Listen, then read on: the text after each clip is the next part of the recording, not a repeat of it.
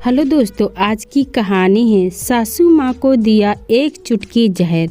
पूजा नामक एक युवती का विवाह हुआ और वह अपने पति और सास के साथ अपने ससुराल में रहने लगी। कुछ ही दिनों के बाद पूजा को आभास होने लगा कि उसकी सास के साथ पटरी नहीं बैठ रही है।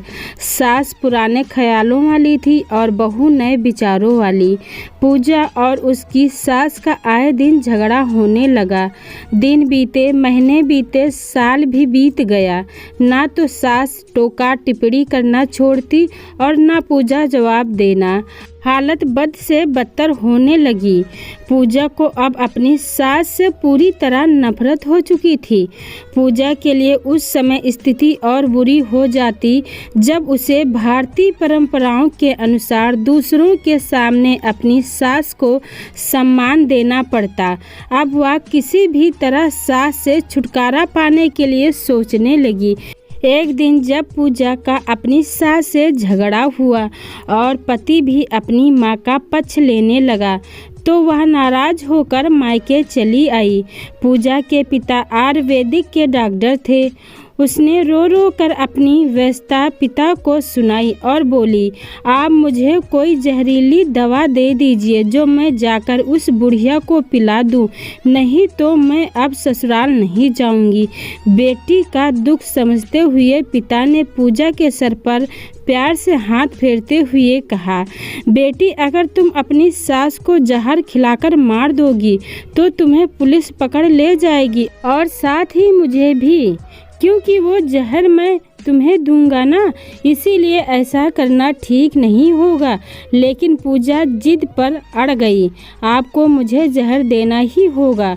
अब मैं किसी भी कीमत पर उसका मुंह देखना नहीं चाहती। कुछ सोच समझकर पिता बोले, ठीक है, जैसी तुम्हारी मर्जी, लेकिन मैं तुम्हें जेल जाते हुए भी नहीं देख सकता, इसीलिए जैसा मैं कहूँ वैसा तुम्हें करना होगा। मंजूर हो तो बोलो। पूजा ने पूछा, क्या करना होगा?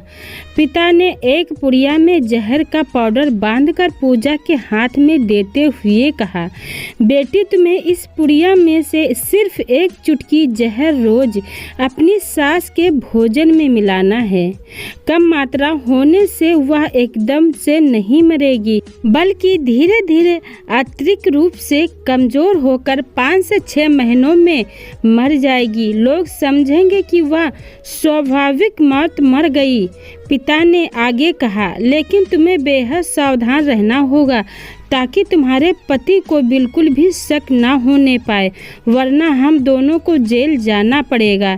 इसके लिए तुम आज के बाद अपनी सास से बिल्कुल भी झगड़ा नहीं करोगी, बल्कि उसकी सेवा करोगी। यदि वह तुम पर कोई टोका टिप्पणी करती है तो चुपचाप सुन लोगी, बिल्कुल भी कुछ नहीं बोलोगी।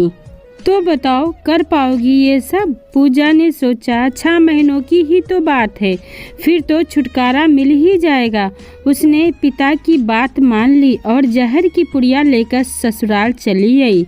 ससुराल आते ही अगले ही दिन से पूजा ने सास के भोजन में एक चुटकी जहर रोजाना मिलाना शुरू कर दिया।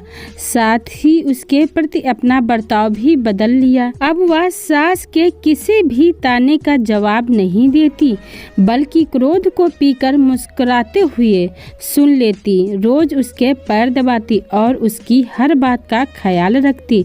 सास से पूछ पूछ कर उसकी पसंद का खाना बनाती, उसकी हर आज्ञा का पालन करती। कुछ हफ्ते बीतते बीतते सास के स्वभाव में भी परिवर्तन आना शुरू हो गया। बहू की ओर से अपने तानों का उत्तर ना पाकर उसके ताने अब कम हो चले थे, बल्कि वह कभी कभी बहू की सेवा के बदले आशीष भी देने लगी थी। धीरे धीरे 4 महीने बीत गए। पूजा नियमित रूप से सास को रोज एक चुटकी जहर देती आ रही थी।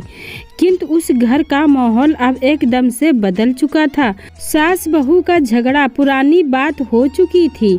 पहले जो सास पूजा को गालियां देते हुए नहीं थकती थी, अब वहीं आस पड़ोस वालों के आगे पूजा की तारीफों के पुल बांधने लगी थी। पूजा को सास बिठाकर खाना खिलाती और सोने से पहले भी जब तक पूजा से चार प्यार भरी बातें ना कर ले, उसे नींद नहीं आती थी। 6 महीने आते आते पूजा को लगने लगा कि उसकी सास उसे बिल्कुल अपनी बेटी की तरह मानने लगी है। उसे भी अपनी सास में माँ की छवि नजर आने लगी थी। जब वह सोचती कि उसके दिए जहर से उसकी सास कुछ ही दिनों में मर जाएगी, तो वह परेशान हो जाती थी। इसी ओह में एक दिन वह अपने पिता के घर दोबारा जा पहुंची और बोली, पिताजी मुझे उस जहर के असर को खत्म करने की दवा दीजिए, क्योंकि अब मैं अपनी सास को मारना नहीं चाहती। वो बहुत अच्छी हैं और अब मैं उन्हें अपनी माँ की तरह चाहने लगी हूँ। पिता ठकठकाकर हंस पड़े और बोले, जहर? कैसा जहर? मैंने तो तुम्हें जहर के नाम पर हजमोले का चूर्ण दिया था। हाँ बेटा हाँ, मैं जानता था कि यह तुम प्यार से सास की सेवा करोगी तो एक दिन सब ठीक हो जाएगा और तुम्हें अपनी गलती का एहसास भी हो जाएगा। इसीलिए तुम्हारी जिद के कारण मैंने तुम्हें जहर के बदले चूर्ण दिया था। आज तुम्हें अपनी गलती से सबक ले लिया कि कभी भी अपने बड़ों का अपमान नहीं करना चाहिए। बेटी को सही रास्ता दिखाइए, माँ बाप का पूर्ण फर्ज अदा करें। दोस्तों, छोटी सी कहानी ये आपको अच्छी लगी हो तो वीडियो को लाइक शेयर करें और चैनल को सब्सक्राइब करें। वीडियो को पूरा देखने के लिए बहुत बहुत धन्यवाद दोस्तों।